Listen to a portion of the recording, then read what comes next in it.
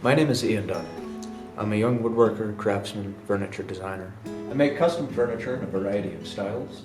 All of my work is made by hand. It is unplugged, which means that I do not use any power tools. The only electricity that I use in my furniture building process is the light so that I can see what I'm doing. Everything else is made with vintage hand tools or tools like they would have used in the 1800s, like this antique Stanley jack-lamp. I have lived in a small town in southern New Hampshire my entire life. I can look out the window and see the mountains. We live on a hill. My parents built a shop on our property when I was younger, so I have a place to work and to develop my skills and my craft. Coming from a creative family and doing homeschooling and having to partake in hands-on experiences such as maple syrup producing and stacking wood, having a foundation in real-life experiences allowed me to devote time and resources and my energy to developing my business. The first time I was inspired to work by hand, me and my father had watched an episode of The Woodwright Shop with Roy Underhill. And in the episode, he'd had a guest, Peter Follansbee. And Peter Follansbee had been making a project. I don't remember what it was that he was making at the time, but I was captivated by his use of wooden pegs or tree nails instead of metal nails to assemble his furniture. Wooden pegs such as this here. Watching that episode inspired me to make my first piece.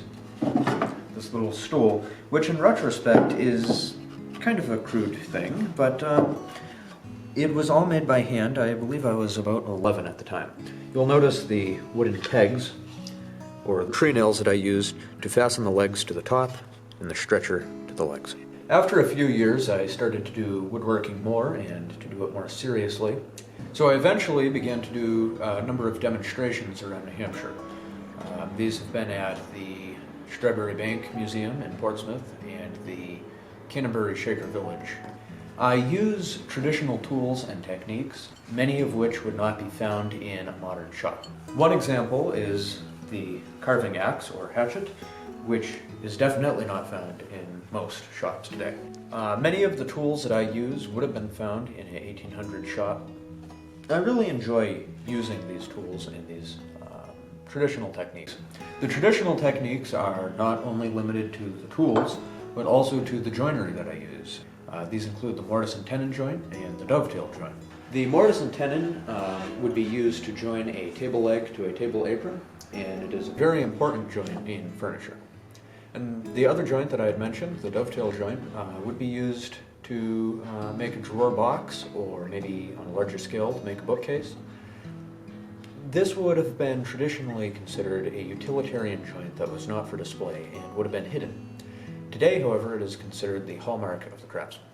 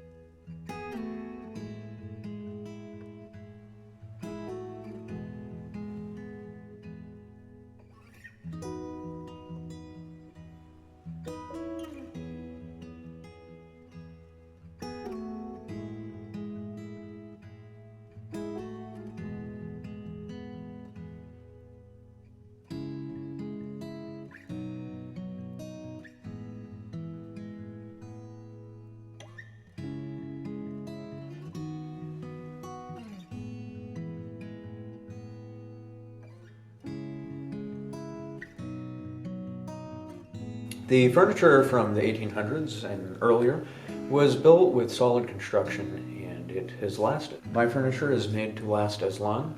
It is not meant to be thrown out or disposed of with changing trends, so they won't be filling up landfills. My material is responsibly harvested from local sawyers and local lumber yards. Also, I have minimal carbon footprint, and I have not much waste from my furniture making. The material I use is natural wood. It is not MDF or plastic or the Asian hardwoods that are so prevalent in the market today. My pieces are not to be part of the throwaway lifestyle and economy. As I support local and or small businesses with my material purchases, you also support me when you purchase my products. I make furniture in a variety of styles, including the shaker, country, and colonial styles. But I am open to custom designs if you have a design in mind that you would like me to work with, or if you would like me to design a piece for you, I can do that as well. As my pieces are custom, they're also very personal. I date and sign and put my logo on every piece that I make, and I also include a handwritten letter with each purchase. If you would like me to make you a piece, or you would like to contact me, you can reach me at any of the links with the video. A special thanks to Isaac and Emmett Burt for filming this video. Emmett hopes to make this part of his career sometime, doing promotional videos, so thank you, Emmett. Thank you to the viewers. I hope to hear from you. I would love to work with you. Thank you.